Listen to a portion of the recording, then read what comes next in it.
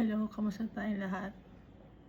I praise my Father, the Alpha and the Omega, the beginning and the end, for His goodness and faithfulness to us. And I exalt the name of Jesus Christ, because He's beautiful, He's perfect, like our Father. And I am thankful to the Holy Spirit for always comforting us, teaching us, and guiding us. Last time we read 1 Samuel chapter 24 and 1 Samuel chapter 25.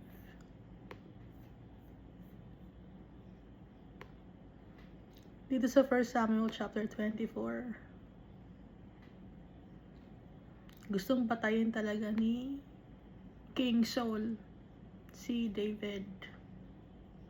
Kaya right after nakalabanin niya ang mga Philistines, dahil nakatakas, diba, si David, muntik nang mahuli ni Saul sa 1 Samuel chapter 23.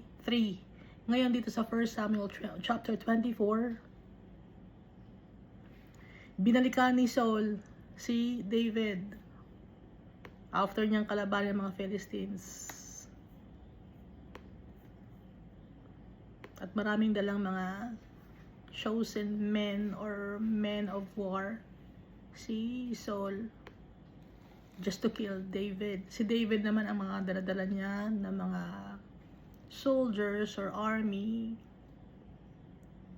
600 men. So dumating yung time na si Saul ngayon, hindi natin alam paano nangyari, pero pumasok siya sa cave. Siyempre, sumakit yung tiyan niya, no? Kasi Saul went in to attend to his needs. Kailangan niyang gumamit ng restroom. Kailangan niya ng privacy. Hindi niya alam na sa loob ng cave si David and his men. So habang gumagawa siya ng kanyang mga private moments, si Saul sa cave, nandun yung 600 men. Akala niya nakatago siya sa mga tao niya, no? Na gumagawa siya ng kanyang private moments. Or yung ina-attend niya yung kanyang needs, no? Private needs. Kailangan niya na number 2. Or baka hindi niya naintindihan yung number 2, kailangan niya mag-poop. The opposite of eat. Ano yung opposite ng EAT? Ayun, alam na natin ano, dahil yung EAT galing yung sa English word. English lang EAT. Tinuruan tayo ng mga Amerikano mag-English. Kaso yung kabaliktaran ng EAT hindi natin alam. Tinuro sa atin was the opposite of EAT o akala ng mga Pilipino TAE, no? So ganun ang ginagawa ni Saul.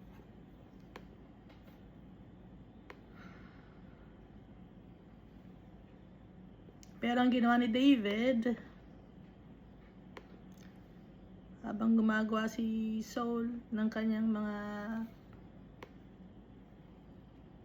nag-attend sa kanyang needs, ginupit ni David yung corner ng robe ni Saul.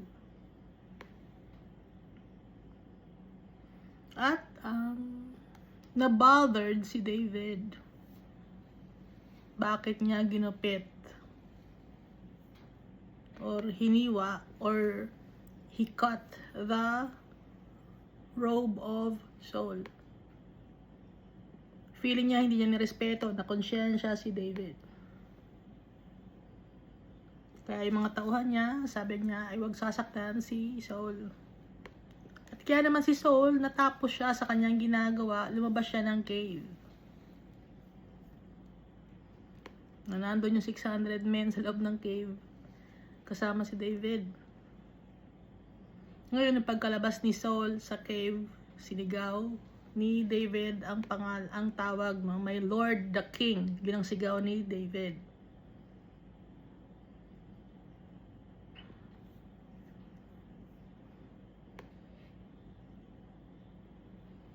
At kinausap niya si Saul, na bakit siya naniniwala sa mga sulsul ng mga tao, no? Kasi kaya gustong patayin ni Saul si David. Kasi rin, isa rin ang nakakapagpasira sa mga sulsul, no? Yung mga bad words na mga tao na wicked, na gusto ng gulo.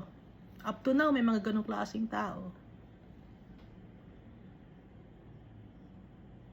At ganun din kay David, meron ding nanunulsul sa kanya na patayin si Saul dahil kalaban, no? Gustong patayin si David. Pero hindi ginawa ni David. Yun ang pagkakaiba ni Saul at saka ni David. Si Saul, naniniwala sa sulsol, nagpagamit sa mga wicked men, pero itong si David, hindi siya nagniwala sa mga sabi-sabi.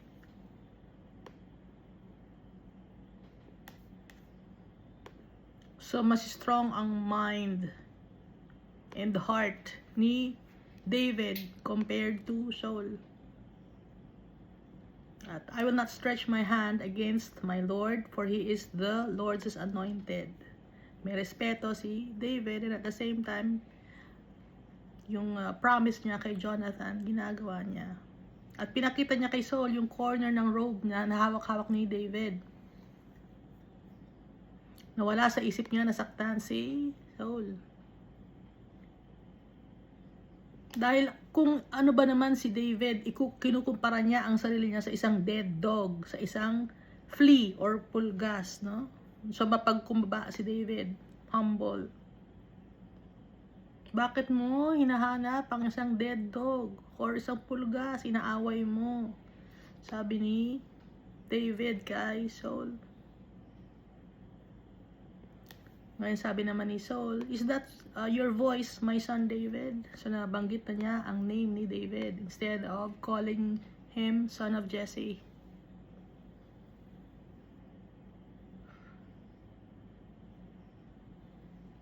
At doon, sinabi ni Saul na magiging king talaga si David.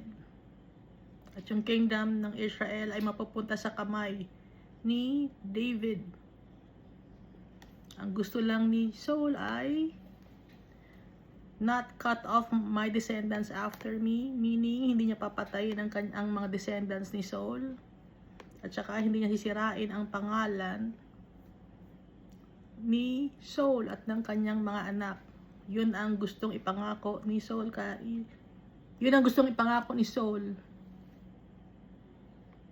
na gawin ni David. At sabi naman ni David ay gagawin niya, hindi niya gagawin na saktan ang mga descendants ni Saul at hindi niya sisirain ang pangalan. At sila ay naghiwalay na, no? Na-pacify si Saul. Dito sa 1 Samuel chapter 25, namatay na dito si Samuel.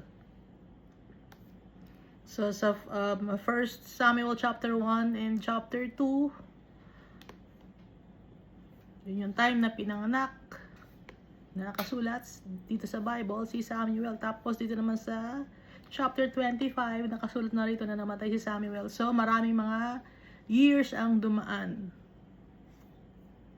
Hindi nakalagay kung anong age ni Samuel, kung kailan siya namatay, kung anong age ang, or kung ano ang kinamatay niya. Pero siya ay kinuha na ni Almighty Father. Inuwi na the Almighty Father si Samuel. Tapos na yung kanyang purpose dito sa mundo. Kaya kinuha na ni Almighty Father. Anong purpose ni Samuel? Mag-judge. And at the same time, mag-anoint ng king. Si Saul yun. And then, anoint also David. So, dalawang king ang in-anoint ni Samuel.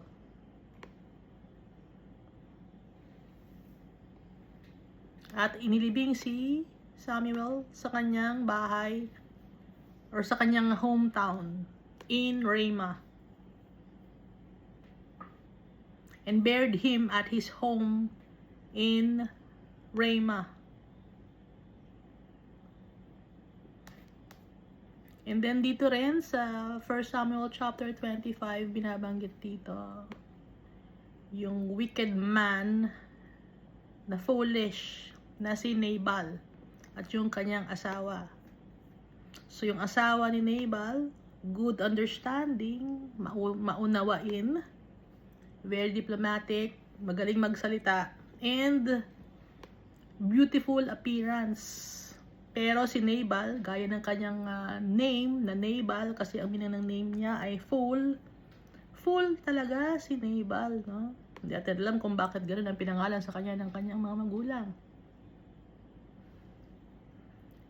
So, isang Jew or from the tribe of Judah, si Nabal. So, nangangailangan si David ng mga pagkain para sa kanyang mga tauhan. So, namamroblema siya. Pero, kahit na namamroblema siya, pinadala niya yung kanyang mga tauhan at pinoprotektahan nila yung mga tauhan ni Nabal habang nag-share sila ng mga sheep.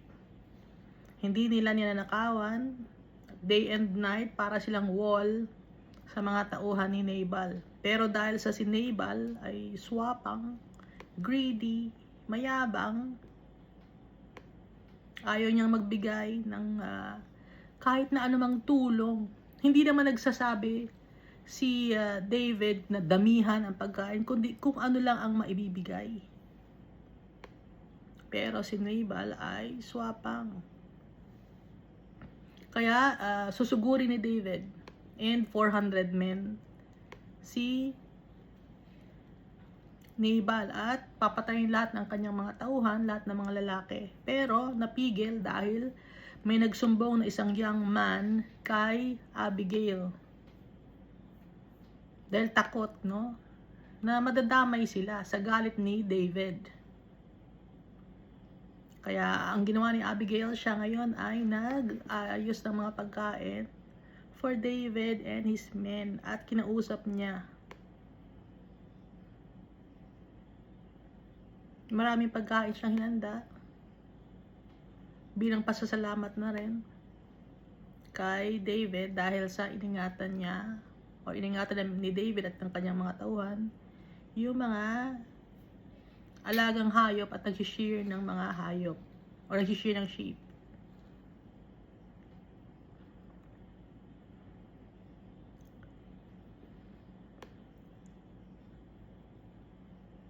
Nagbigay pugay si Abigail kay David.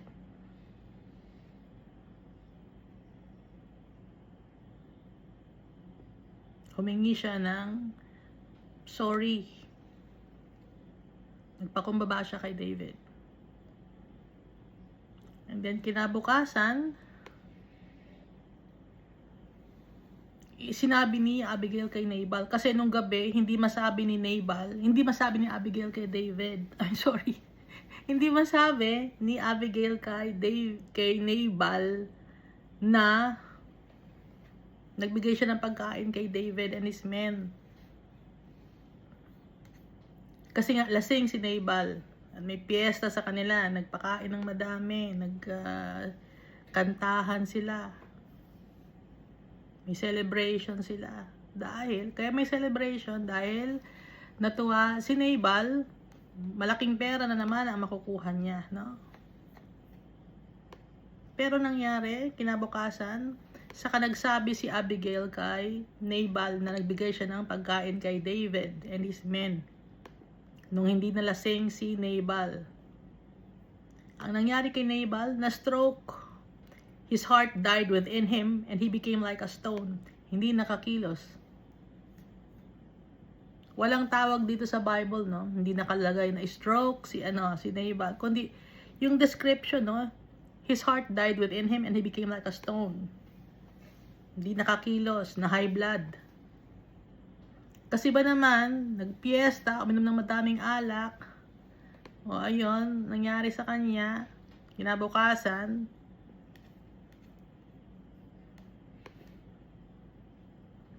tapos nagalit siya, no? Kaya na high blood. And then after 10 days, namatay si Nabal. So, dito, buhay pa si Nabal, hindi lang siya nakakilos. Ito ay first recorded in the Bible, isang tao na stroke. And then after 10 days, nawala na siya. So, brain dead na. Ito yung tinatawag na brain dead. So meaning, kung brain dead, buhay pa rin kasi after 10 days pa siya namatay. So meron pang circulation ng kanyang ang katawan. Ang hindi lang gumagana ay yung kung paggalaw niya, hindi siya makagalaw. Ngayon na namatay siya, narinig ni David, ang ginawa ni David, nag-propose siya kay Abigail, kinuha niya bilang asawa. Dahil nagustuhan ni David si Abigail, dahil si Abigail, describe naman dito, no? Beautiful in appearance, tsaka very understanding, tsaka pakikipag-usap niya kay David, nakakapag-pacify, nakakatanggal ng galit. Very respectful.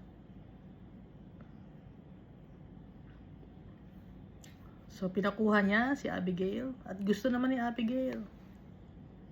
Payag naman si Abigail dahil gwapo naman si David. Tapos, ito naman si David also took Ahinoam of Jezreel. Kumahuli ito isa pang asawa. Pangatlo na niyang asawa. Ang pogi ni David. Nakakatatlo ng asawa si David. Kasi yung unang asawa niya si Michal, na anak ni Saul, ay binigay ni Saul kay Palti. So ang kasakasamang asawa ni David ay dalawa. Kasi nga itong si Michal hindi niya makasama dahil binigay kay Palti. So dito tayo sa 1 Samuel chapter 26. Dito tayo sa 1 Samuel chapter 26.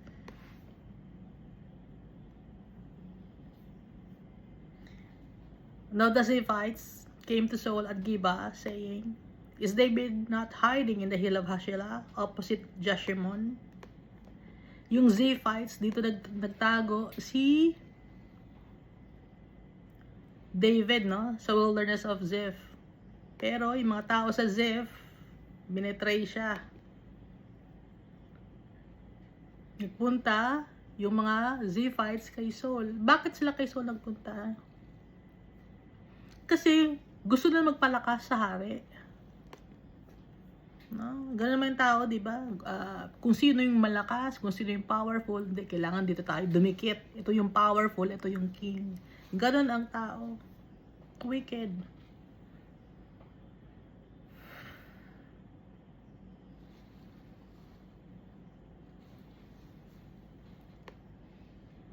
So kung yung mga tao ngayon ay wicked, noon din ganon, nangyayari lang ulit.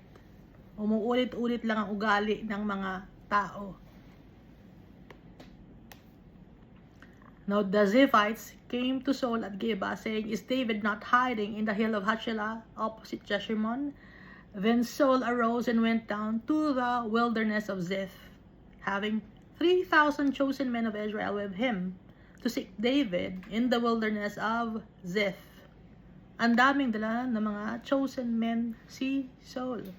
3,000. Samantalang ang kakalabanin lang naman niya ay si David, ang dala-dala ay 600 men. So sobrang takot niya kay David. Samantalang nag-promise na siya kay David dito sa 1 Samuel chapter 24 na hindi na niya sasaktan si David. Pero dito sa 1 Samuel chapter 26, yung heart niya, nag-ano na naman, yung galit, bumalik yung galit, yung inis, yung inggit, bumabalik yun eh. Yung akala mo, napatawad mo na gano'n. Hindi, napatawad na natin yan. Tapos pag nakita ko, hindi, nanggigigil talaga ako ron eh. May mga ganun tao no, na akala nila, pinatawad na sila, tapos okay na ang lahat. Tapos pag imimit ka, galit pa rin. Ba't ganun? Hindi na lang dire-diretso, hindi ba? Then Saul arose and went down to the wilderness of Ziph, having 3,000 chosen men of Israel with him, to seek David in the wilderness of Ziph. And Saul encamped in the hill of Hashilah, which is opposite Jeshimon by the road. But David stayed in the wilderness, and he saw that Saul came after him into the wilderness. Nakita niya. Hinahanap siya ni Saul. Si Saul nag-encamp sa Hill of Hachilah. Opposite lang ng Jeshimon. Pero itong si David, dun sa wilderness of Ziph nagstay. Pero nakita niya si Saul.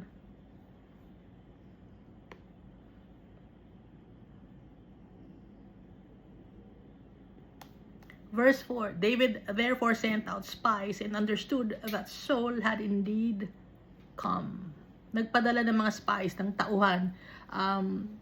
Inutusan ni David ang kanyang mga tao. Tignan niyo, i-check niyo nga, si Saul ba yon? Si King Saul ba yon? Yung may mga madaming dalang mga soldiers. Gusto niya i-verify, no? Verse 5, so David arose and came to the place where Saul had encamped. Kung saan yung kampo ni Saul, nagpunta siya. And David saw the place where Saul lay. Nakita niya kung saan nakahiga si Saul. And Abner, the son of Ner, at yung commander ng army, Abner, the son of Ner, the commander of his army. Now Saul lay within the camp with the people encamped all around him.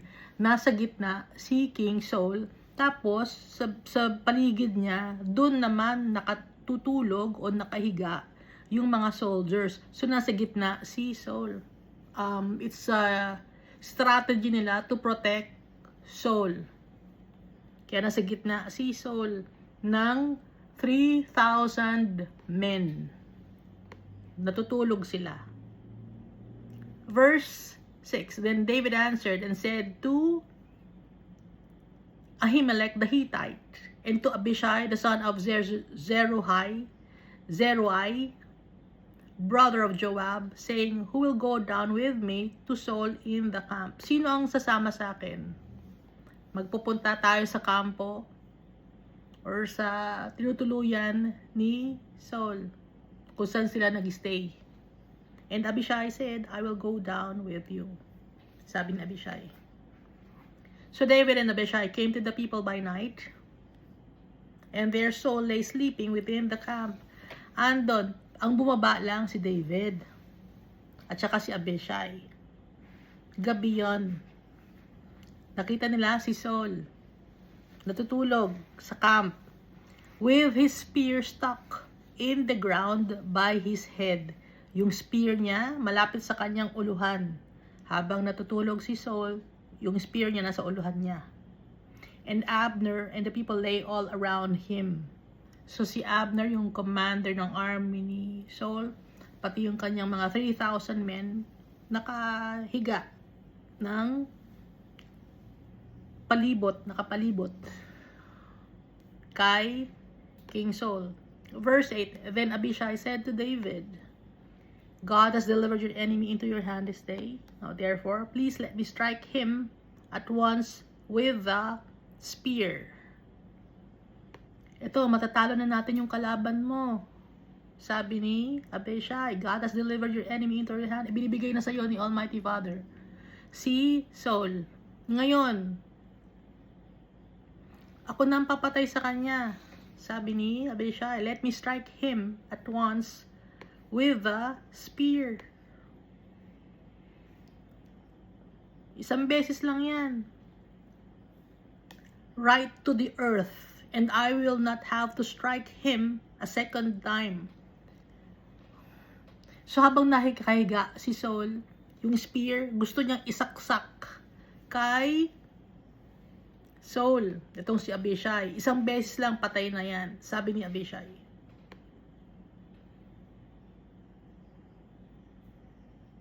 Dahil nga walang kalaban-laban, tulog. Lahat tulog. So nakalapit sila kay Saul sa gitna mismo ng 3,000 men. Verse 9, but David said to Abishai, do not destroy him. Huwag mo siyang papatayin. For who can stretch out his hand against the Lord's anointed? Anointed pa rin siya ni Almighty Father. And be guiltless. Magiging guilty ka. Sabi ni David, do not destroy him. For who can stretch out his hand against the Lord's anointed and be guiltless? Magigilty ka. Hindi ka papatahanin or papatawarin ni Almighty Father. Anointed siya ni Almighty Father. So inallow ni Almighty Father na mangyari ito to test David. Verse 10, David said, "Furthermore, as the Lord lives, the Lord shall strike him, or his day shall come to die, or he shall go out to battle and perish." So itong sabi ni David. Dahil buhay si Almighty Father, siya ang mag-i-strike kay Saul. At darating ang araw na siya ay mamamatay, or darating ang araw sa isang battle, siya ay mamamatay or masusugatan. Sabi ni David, "The Lord forbid that I should stretch out my hand against the Lord's anointed. Pero ako, hindi ko sasaktan si Saul." Sabi ni David, hindi ako ang papatay sa kanya. Mamamatay siya dahil kay Almighty Father, si Almighty Father ang mag-strike sa kanya, or darating yung oras na siya ay mamamatay, o darating yung oras na battle, doon siya mamamatay. Sabi ni David. So David, faithful kay Almighty Father. Nagtitiwala siya kay Almighty Father. Ang laki ng faith ni David. Imagine, kahit si Goliath, di ba? Hinarap niya. Tayo ba, kaya ba natin yun? Harapin. Ang hirap harapin, di ba? Ang hirap harapin yung ganun kalaking mga problema. Pero si David, kaya mahal ni Almighty Father si David.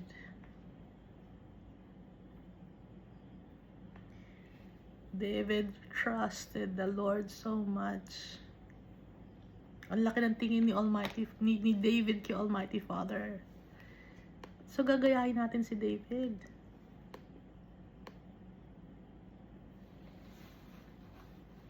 "The Lord forbid that I should stretch out my hand against the Lord's anointed, but please take now the spear and the jug of water that are by his head, and let's go." Geto ang gawin natin. Hindi natin sasaktan ang anointed by the Almighty Father, yung king. Pero geto ang gagawin natin, please. Kunin mo na yung spear at saka yung jug of water na nasa uluhan niya, tapos umalis na tayo. Verse 12, "So David took the spear and the jug of water by Saul's head, and they got away. And no man saw or knew it or awoke." Walang nagising, walang nakakaalam, walang nakakita na kinuha nila yung spear at yung jug of water na nasa may uluhan ni Saul. "For they were all asleep." Dahil sila ay tulog, because a deep sleep from the Lord had fallen on them. Bakit sila natutulog ng mahimbing? Because of the Almighty Father. A deep sleep from the Lord had fallen on them. Si Almighty Father lahat.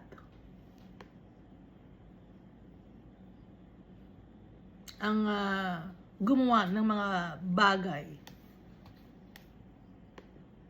Kasi nga, test ni Almighty Father si David. Sine-check ni Almighty Father si David. Nakakapasa si David sa mga test ni Almighty Father sa kanya.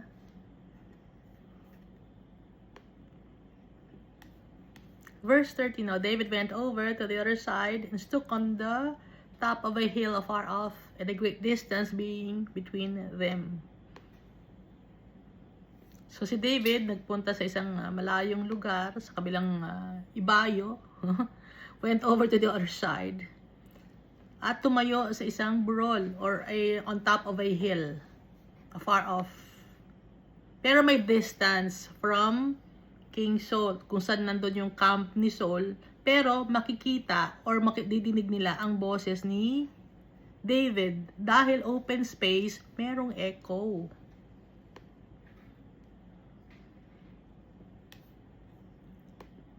So pag sumigaw ka, diba, sa open space, may echo.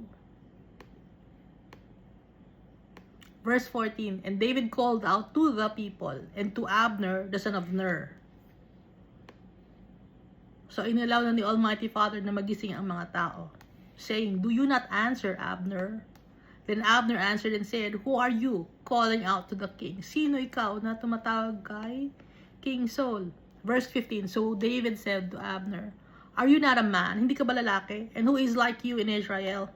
Why then have you not guarded your Lord the king? Bakit hindi mo binabantayan si King Saul? Ano, lalaki ka ba? Sino ba ikaw? Sino ba ang kagaya mo sa buong Israel? Di ba ikaw yung commander ng army ni King Saul? Bakit hindi mo siya binabantayan? Yun ang ibig sabihin ng verse 15 of 1 Samuel chapter 26. Verse 16, This thing that you have done is not good. As the Lord lives, you deserve to die. Itong ginawa mo hindi tama. Dahil buhay si Almighty Father. He is powerful. You deserve to die, Abner, because you have not guarded your master. Hindi mo binantayan si King Saul, the Lord's anointed. And now see where the king's spear is. And the jug of water that was by his head. Asa na yung tubig? Asa na yung spear? Hindi mo binantayan si King Saul. Dapat kang mamatay. Kasi hindi mo binantayan yung anointed by the Almighty Father. Verse 17, Then Saul knew David's voice. Nabosesan ni King Saul si David. And said, Is that your voice, my son David? Bait-baitan na naman si King Saul. Samantalang hinahanap niya si David para patayan, ngayon bait-baitan na naman siya. Pangalawang beses na to, di ba?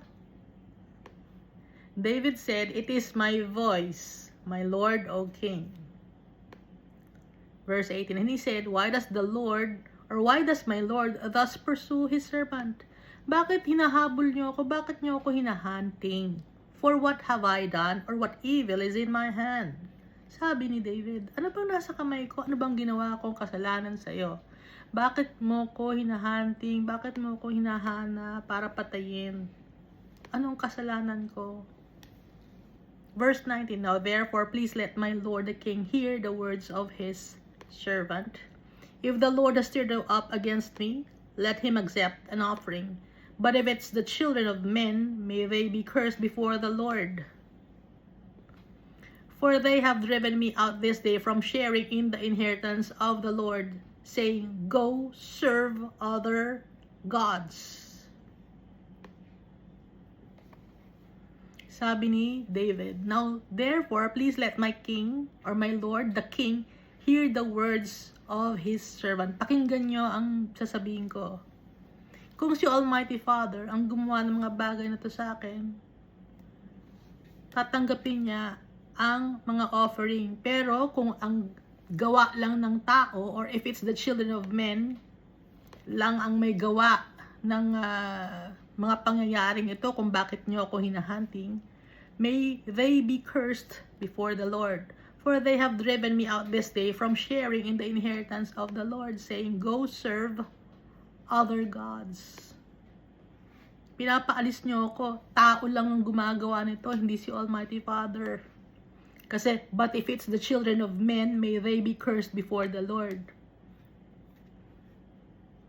Yung galit mo sa akin, bakit ka nagagalit sa akin? If the Lord has stirred you up against me, let him accept an offering, no? Yun ang ibig sabihin.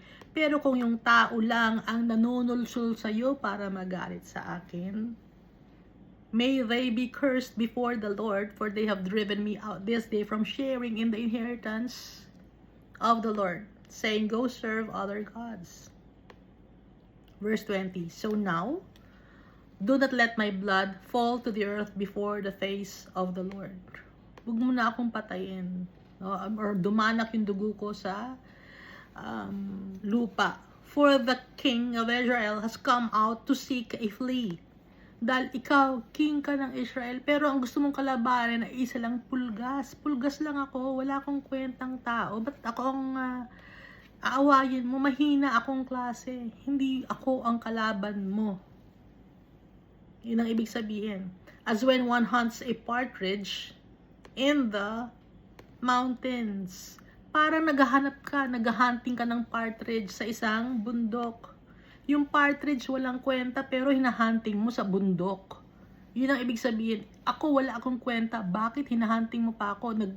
nagpapakahirap ka para lang makakuha ka ng isang partridge or para makuha mo lang ako, nagpapakahirap ka.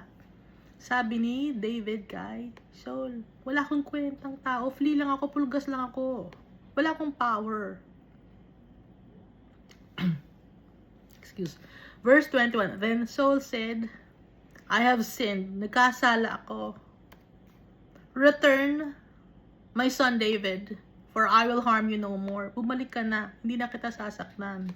Di ba dito sa 1 Samuel chapter 24, sabi niya hindi na niya sasaktan si David. Pero dito sa Samuel chapter 26, hinahunting na naman niya, di ba? So, yung galit niya bumabalik. Nawawala, bumabalik. Pag naaalala niya, nanggigigil siya. Nagiging anxious siya. Pag naaalala niya, hindi, kailangan patayin natin si David. Pero pag nakausap niya si David, napapacify siya, nagiging kampante siya. Pero pag nawala na naman, nakausap na naman niya yung mga tao na nunulusol sa kanya, mga wicked people, wala. Nawawala na naman siya sa tamang wisyo. Because my life was precious in your eyes, this day I will harm you no more. Sabi ni King Saul, indeed I have played the fool and erred exceedingly. Nagkasala ako, nagkaroon ako ng mali. Foolish ako, mali ako. Sabi ni King Saul. And David answered and said, here is the king's spear. Let one of your young men come over and get it. Ito yung spear mo. Hayaan nyo na magpunta rito ang isang young men nyo para makuha ito. May the Lord repay every man for his righteousness and his faithfulness. For the Lord delivered you into my hand today, but I will not stretch out my hand against the Lord's anointed. So may the Lord repay every man for his righteousness and his faithfulness. Sabi ni David. Kasi si Almighty Father, ibinibigay niya ikaw sa kamay ko para patayin. Pero hindi ko ginawa. I will not stretch my hand against the Lord's anointed. Hindi ko gagawin yun. Sabi ni David. Hindi niya pinapatulan si King Saul. Kahit napapatay na siya, hindi niya pinapatulan.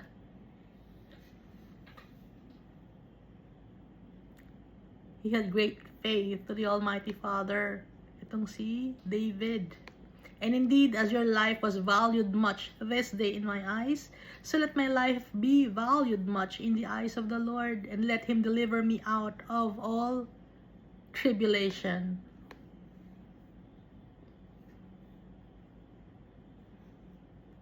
Sabi ni David, yung buhay mo, importante sa mata ko. Ngayon, yung buhay ko, importante sa mata ni Almighty Father.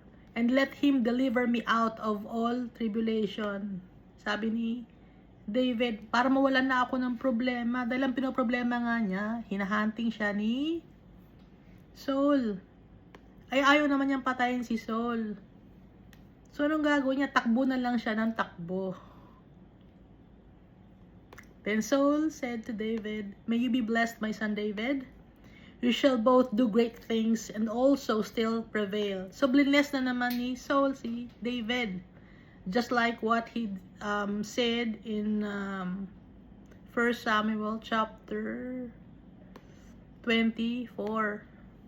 Blines na naman niya si David. Nawala na naman ang galit ni Saul. So, David went on his way and Saul returned to his place. Umalis na ulit si Saul. Nagkausap na sila. Napacify na ulit. Narinig lang niya yung boses si David. Nawawala yung galit niya. Pero pag hindi niya narinig yung boses si David,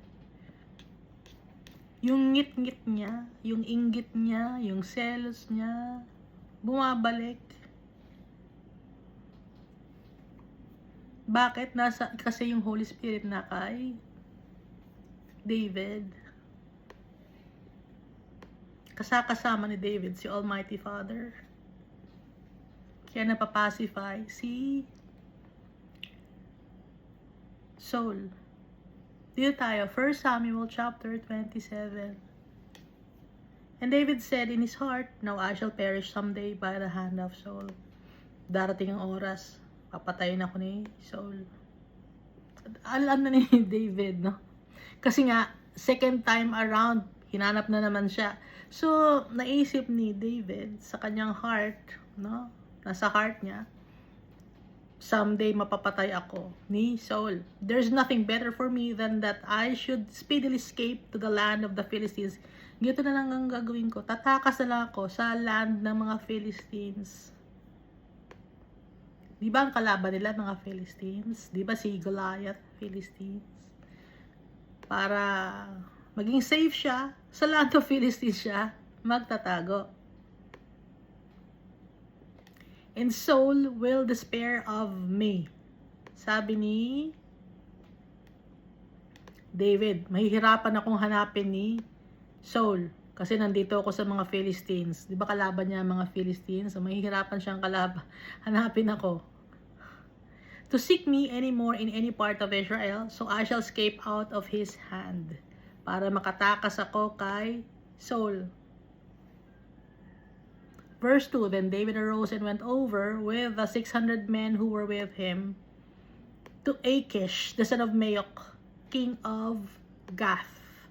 Si Goliath, di ba? Gath siya. So, doon siya nagpunta. Sa king of Gath. Sa anak ni Maok na si Achish. Yun na ang king ng Gath. Nung nagpunta si David para takasan si King Saul. So, David dwelt with Achish at Gath, he and his men, each man with his household. So, 600 men yun. Kasama nila yung kanilang household. Kasama nila yung kanilang family. So, yung mga soldiers, 600. Hindi pa kasali doon yung family ng 600 men na yon. Kagaya to si David, and David with his 2 wives, Ahinoam, the Jezreelitess, and Abigail, the Carmelitess, Nabal's widow.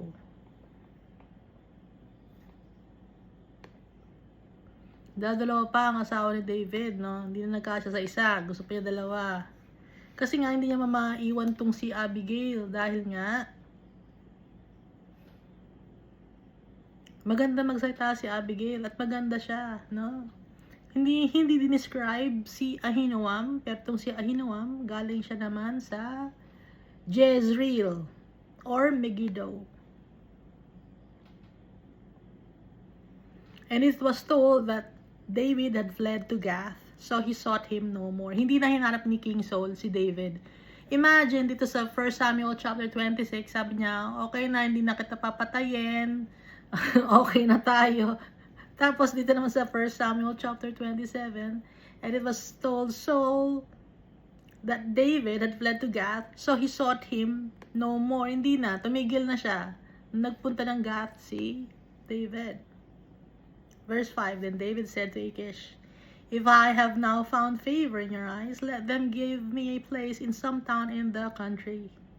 Sabi ni David kay Achish, or king of Gath, kung sa tingin ninyo ay okay, ako sa mata ninyo, bigyan nyo kami ng isang town sa inyong lugar, dun kami magtitira, dun kami mag-stay. For why should your servant dwell in the royal city with you? Bakit kami titira sa royal city, sa inyong city, sa center ng city nyo, sa Gath ninyo kung saan ka nakatira? Eh, royal city yon. Ikaw ang may-ari nun. So, nagbibigay pugay si David. Nirespeto niya yung king of Gath na si Achish.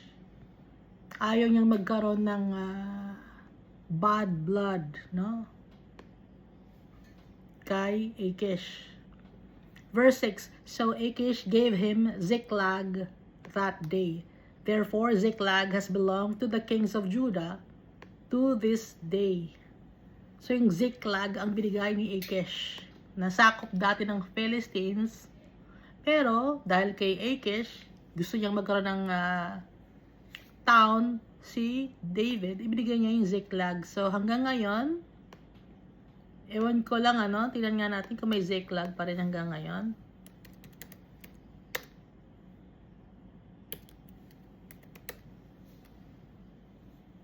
Meron pa rin Ziklag pala. Ayun.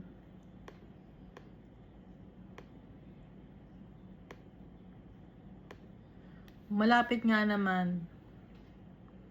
Malapit sa Gaza. Malapit din sa Judah.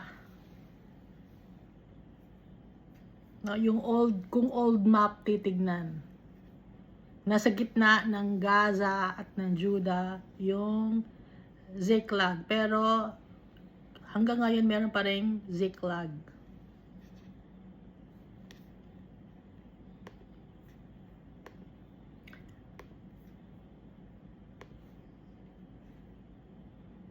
Now the number of days, or the time that David dwelt in the country of the Philistines, was 1 full year and 4 months. Matagal tumira si David. Pati yung 600 men and their household sa Ziklag, 1 year and 4 months. And David and his men went up and raided the Geshurites, the Girzites, and the Amalekites. Gezrites, no? Girzites or Gezrites. For those nations were the inhabitants of the land from of old, or ancient times. Yun ang nire-raid ni David. Yun ang kanilang pinupuntahan. Dahil wala silang makakain. Kalaban nila ang mga Geshurites, Girzites or Gizrites, and Amalekites.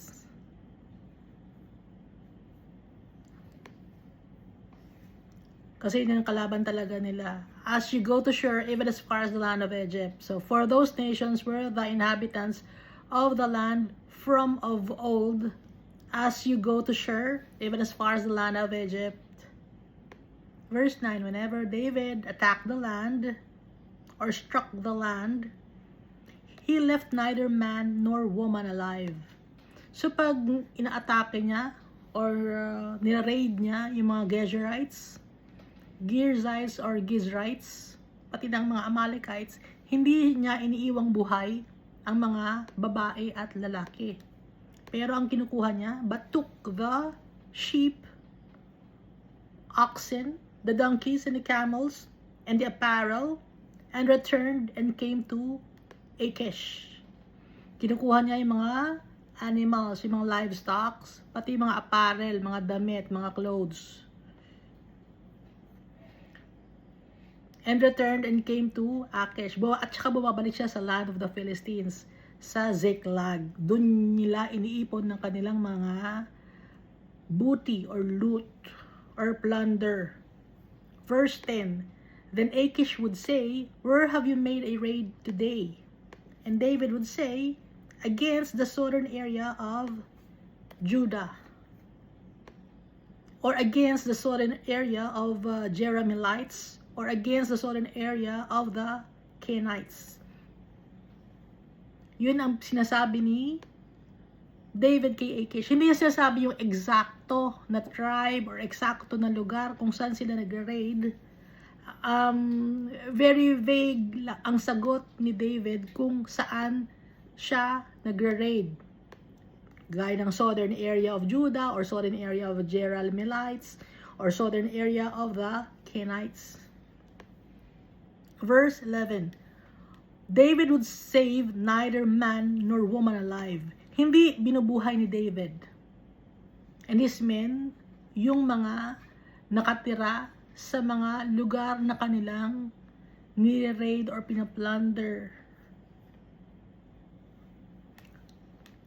Bakit?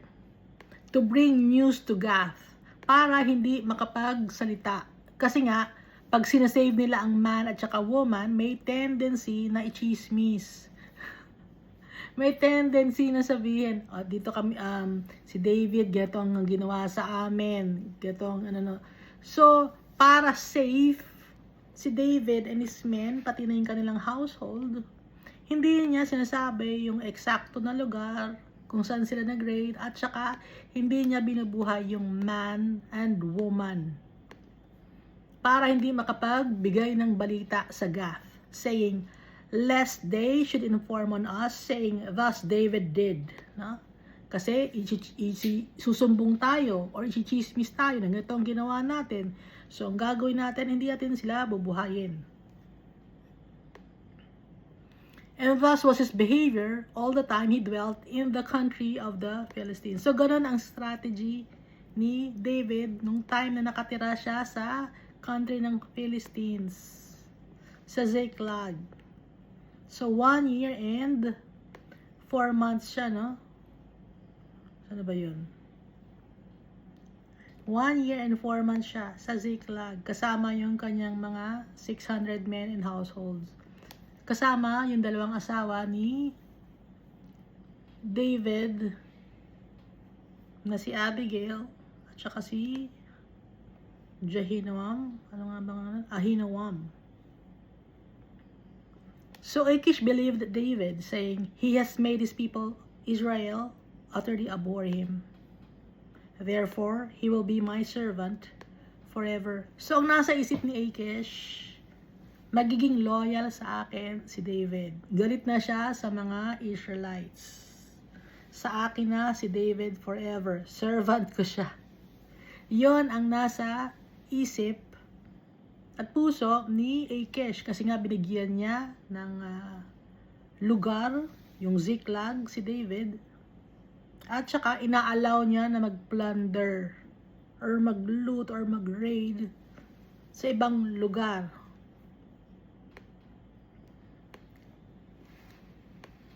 So, dati ang kalaban ni David ay Philistines na si Goliath ang napatay niya ng isang Gath. Ngayon, siya ay nakatira ngayon sa land of Gath, sa Philistines, no? Inalaw ni Almighty Father ang lahat ng mga bagay na to. May reason si Almighty Father. Sa mga bagay na nangyayari sa buhay natin, may reason si Almighty Father. Sometimes we don't understand why. Pero, anong gagawin natin? Magtitiwala tayo sa tatay natin. Minsan, it doesn't make any sense, no? Bakit? Hindi ko maintindihan. Bakit ganun? Darating ang time, may intindihan natin. Hindi man sa atin sinasabi ni Almighty Father.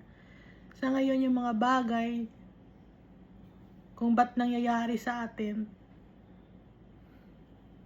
Pero dahil nagtitiwala tayo sa Kanya, we have faith in Him, and na alam natin na mahal niya tayo, hindi niya tayo pababayaan. Susunod tayo sa tatay natin. Dahil yung tatay natin, alam niya ang the best para sa atin. Yun ang gusto niya sa atin, yung best. Yung plan niya sa atin. Maganda. Perfect. Ang gagawin lang natin, we must trust our Father through Jesus Christ and through the power of the Holy Spirit. Thank you, and God loves us all so much.